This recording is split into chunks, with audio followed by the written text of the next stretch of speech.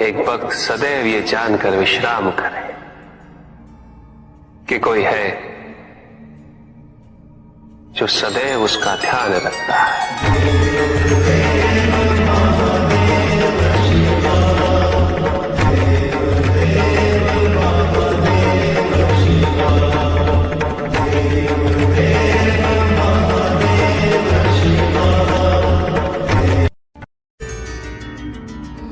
भक्त की भक्ति और उसकी श्रद्धा से प्रसन्न होकर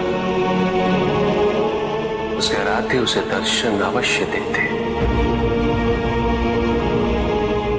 किंतु कब, किस रूप में और किस परिस्थिति में,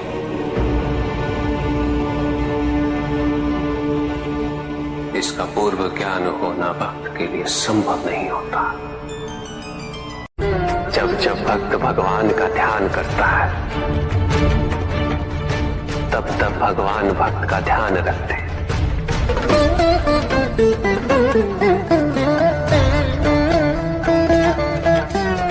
किंतु जिस क्षण भक्त भगवान का ध्यान नहीं करता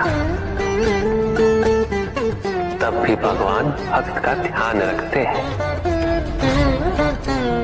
इसलिए तुम्हारा ये कथन उचित है नंदी, मैं व्यस्त हूं और मैं चिरंतन काल से लेकर चिरकाल तक व्यस्त रहूंगा। प्रत्येक क्षण प्रत्येक भक्त का ध्यान रखते हैं।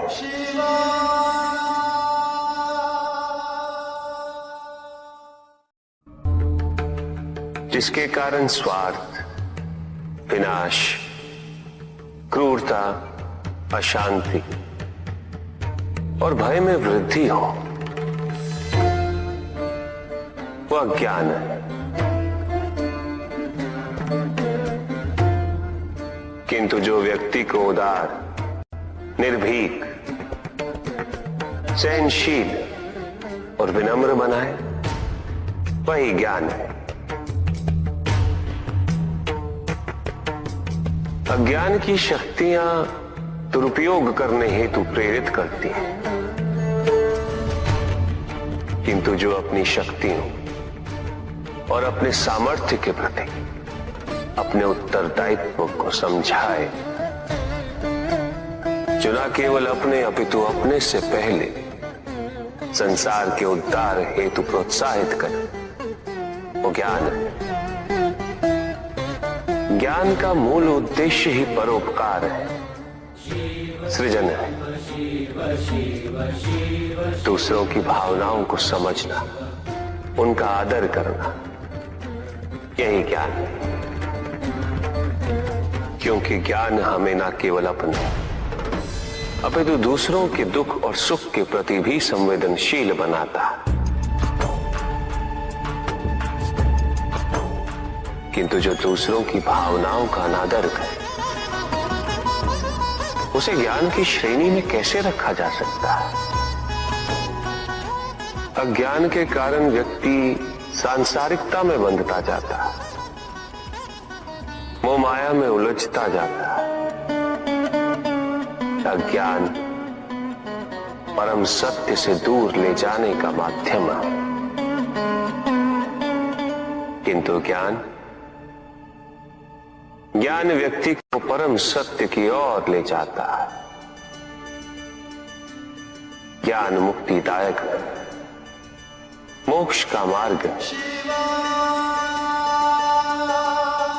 और इस मुक्तिदायक ज्ञान का सर्वोच्च रूप है आत्मज्ञान।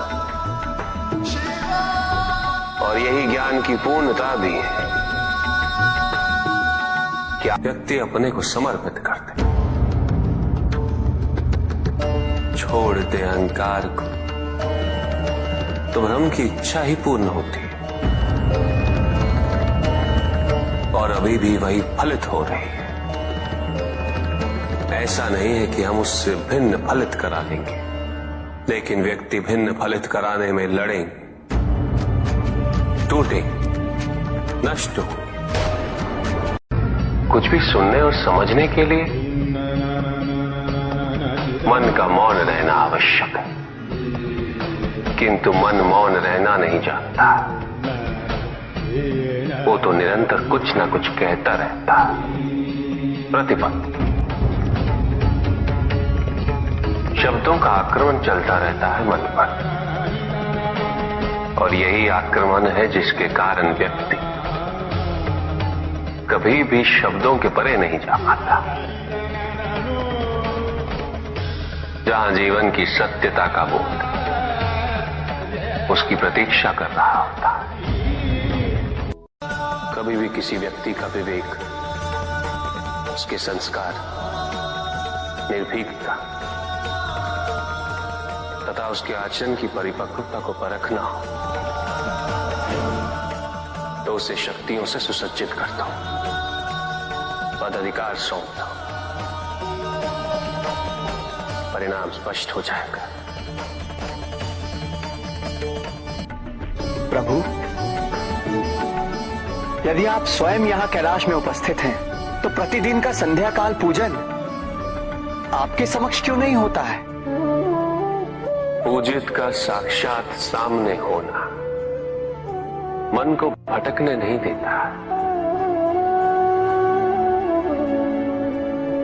किंतु जो सच्चे भक्त हैं, भगवान तो उनके मन में, उनके हृदय में निवास करते हैं।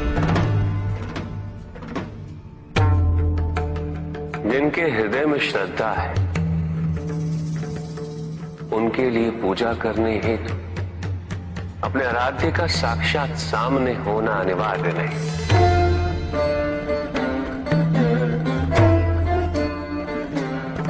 वो तो अपने मन के नेत्रों से प्रतिपल उनके दर्शन पा रहे हैं।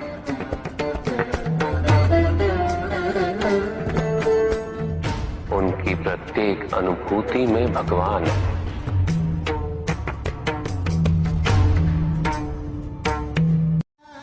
सुख आंतरिक होता है, संतोष आंतरिक होता है। उन्हें बाहरी तत्वों से रेखांकित और परिभाषित नहीं किया जा सकता, आकार से नहीं पाया जा सकता। आकार के आधार पर केवल अहंकार ही उत्पन्न होता है, क्योंकि आकार से तुलना करने का संदर्भ प्राप्त हो जाता है। यदि तुम्हारा आकार छोटा है तो तुमसे भी छोटा कोई ना कोई अवश्य होगा,